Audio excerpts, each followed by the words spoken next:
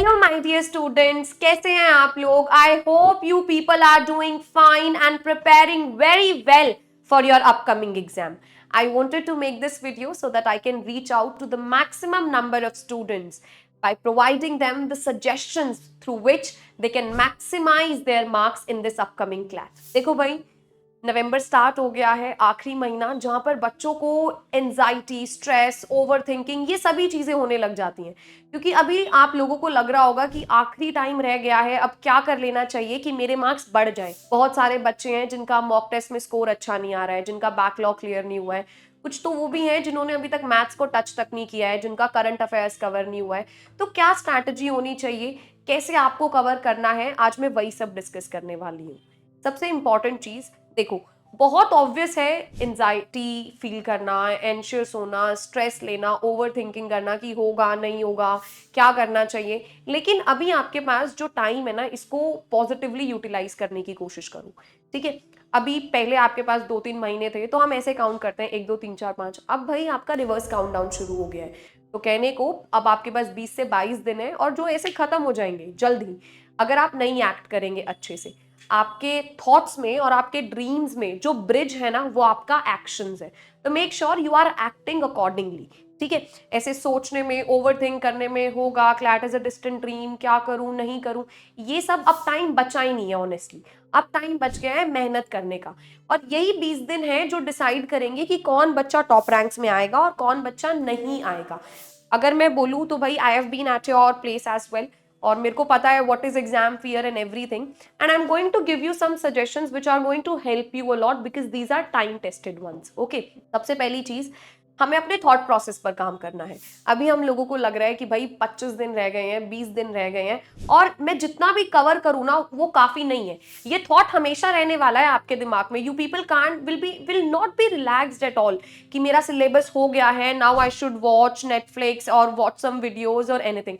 ये मोमेंट आएगी ही नहीं एग्जाम डे तक। आपको एग्जाम डे तक भी लगेगा कि आपने एक ना एक टॉपिक को मिस कर दिया और आपको वो पढ़ना है, ठीक है। ये फीलिंग तो आने ही नहीं वाली है कि सिलेबस हो गया है और ये हो गया, क्योंकि अब आप लोग कॉम्पिटिटिव वर्ल्ड में आ गए हैं। आप लोग 10th 11th 12th में नहीं है जहां पर डेफिनेट सिलेबस है, आपने पढ़ लिया उसी में से एग्जाम आ गया है। नहीं, now you people are in real world जहां पर कंपटीशन है, जहां पर आपकी स्किल्स, आपकी वैल्यूज, ये सब चीजें चेक की जाती हैं, ठीक है। सिलेबस भी बहुत ज्यादा है। आपको क्या पता है इंग्लिश के अब की बार पैसेजेस कहां से आए, लीगल रीजनिंग में कहां से आ जाए, करंट अफेयर्स में अगर अब की बार नॉट सो इंपॉर्टेंट टॉपिक ना पूछकर, मेजर टॉपिक ना पूछकर माइनर टॉपिक्स पूछ लिए हैं, एंटीसिपेटेड क्वेश्चंस नहीं आए हैं। लोगों को ये रीसेंसी बायस है कि लास्ट ईयर पेपर इजी था इंग्लिश का, तो अब की बार भी इजी आ जाएगा, लिटरेचर एनालिसिस आ जाएंगे या फिर इजी लैंग्वेज पर होगा और क्वेश्चंस भी बिल्कुल doable questions and straightforward question. What if ऐसा नहीं होता है? What will you people do then? लेकिन तू कर भी क्या सकता है यार? हाँ, मैं कर क्या सकता हूँ? मैंने है ना फैसला किया है। करेक्ट फैसला किया। तू कुछ नहीं कर सकता। मैं कुछ नहीं कर सकता हूँ, मैं कुछ नहीं कर सकता। मैं बताता हूँ मैं क्या कर सकता हूँ। मैं ना क्या कर सकता हूँ यार? तो ये सब चीजों के लिए प्रिपेयर होकर जाना है। और कैसे प्रिपेयर करते हैं? By working hard, by doing all types of questions and by practising. Okay, जितने ज्यादा मॉक टेस्ट दोगे उतना अच्छा है इस टाइम पर। दूसरी इंपॉर्टेंट चीज, बहुत सारे बच्चे ऐसे हैं जिन्होंने अभी तक बहुत सारी चीजें कवर नहीं की हैं, ठीक है। ये टाइम है एक प्रॉपर स्केड्यूल बनाकर चलने का। आपको दिन में 9 से 10 घंटे देने ही देने हैं, including your classes and practice. अब ये 9 से 10 घंटे कैसे देने हैं? देखिए, आपका एग्जाम 2 घंटे का है, 2 से 4 के बीच में, तो कम से कम 2 से ढाई घंटे की सिटिंग तो आपकी होनी चाहिए जिसमें आप बिना ब्रेक्स के पढ़ रही हैं। क्योंकि अगर आप इसके बीच में भी ब्रेक्स लेंगे ना, तो शायद आपको एग्जाम में वो बर्न आउट, टायर्डनेस, वो वाली फीलिंग आने लग जाएगी, ठीक है। तो अपनी जो सिटिंग है वो 2.5 से 3 या 2 से ढाई घंटे तो कम से कम लेकर चलिए। अब इसके अंदर करना क्या है, जैसे मैंने आपको पहले बताया, आपका लार्जर गोल है ये, लेकिन उसके लिए शॉर्ट टर्म गोल होना चाहिए ना। तो आप ऐसे करके चलिए कि भाई आज मैंने लीगल कर लिया और मैंने लॉजिकल कर लिया, 1 घंटा क्लास देख ली, आधा घंटा मैंने क्वेश्चन सॉल्व कर लिया, आधा घंटा एनालाइज कर लिया और आधा घंटा मैंने पुराने वाला रिवाइज कर लिया, ठीक है। तो ये एक तरीका है जिससे आप चल सकते हैं। ऐसे आप दिन में 3 सिटिंग लगा सकते हैं and it is going to be very very helpful. बाकी करंट अफेयर्स को आप रोज कवर करिए। बहुत सारे बच्चे अभी यही गलती करते हैं, उनको लगता है करंट अफेयर्स मैं संडे को कर लूंगी या मैं सैटरडे को कर लूंगी। ये बहुत गलत है, क्योंकि करंट अफेयर्स बहुत ज्यादा है बच्चे।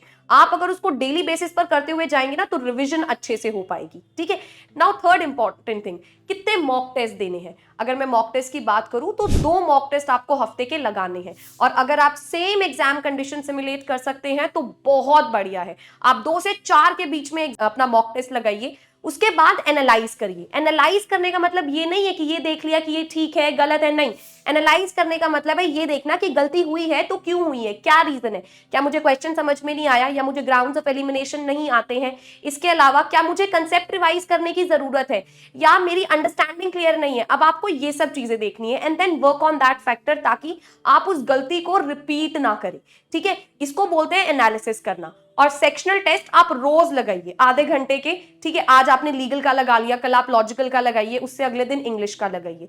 और वो टॉपिक्स अभी कवर करने की कोशिश करिए जो आपने नहीं करे हैं, क्योंकि अगर आप लास्ट वीक में करेंगे तो प्रॉब्लम हो जाएगी। आई होप आप लोग समझ गए हैं मैं किसकी तरफ इशारा कर रही हूँ। बहुत सारे बच्चे जिन्होंने अभी तक मैथ्स को टच तक नहीं किया है। ठीक है, और भाई बिना मैथ्स के you can not get into the top NLUs. I am saying this cut straight. Maths का मान लिया वेटेज कम है, लेकिन it is going to be instrumental in deciding your rank. Okay, so prepare well.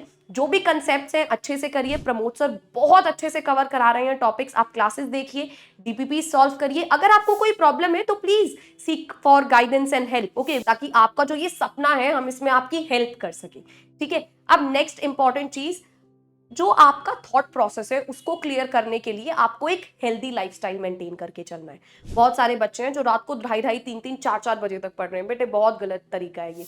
ठीक है, अगर आप उस टाइम पर पढ़ने के लिए बैठते ना तो शायद आप दिन में सोएंगे तो जो वो 2 से 4 बजे के बीच में आपको जो वो फ्रेशनेस चाहिए ना एग्जाम के लिए, वो नहीं आ पाएगी।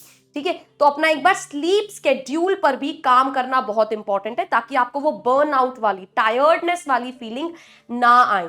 ठीक है, ये 3 से 4 चीजें ध्यान में रखें। और ऐसा नहीं है कि आपको खाली पढ़ना है, आपको ब्रेक्स नहीं लेने हैं। लो ब्रेक्स अच्छे से बीच में, लेकिन गेट बैक। ठीक है, अगर आपकी लाइफ में कोई डिस्ट्रैक्शंस है, सोशल मीडिया या कुछ भी, उसको 25 दिन के लिए निकाल दो। यही 25 दिन है जो डिसाइड करेंगे कि आप कौन से एनएलयू में जाने वाले हैं। And I know you people are looking forward to joining the top 10. So for that top 10 you need to work hard and put some special effort. और वो special effort है आपका hard work और smart work. Make sure you are putting efforts for your dream. Secure a place in NLUs and we are always there for you people. अगर आपको कोई भी help चाहिए, गाइडेंस चाहिए, प्लीज सीक आउट।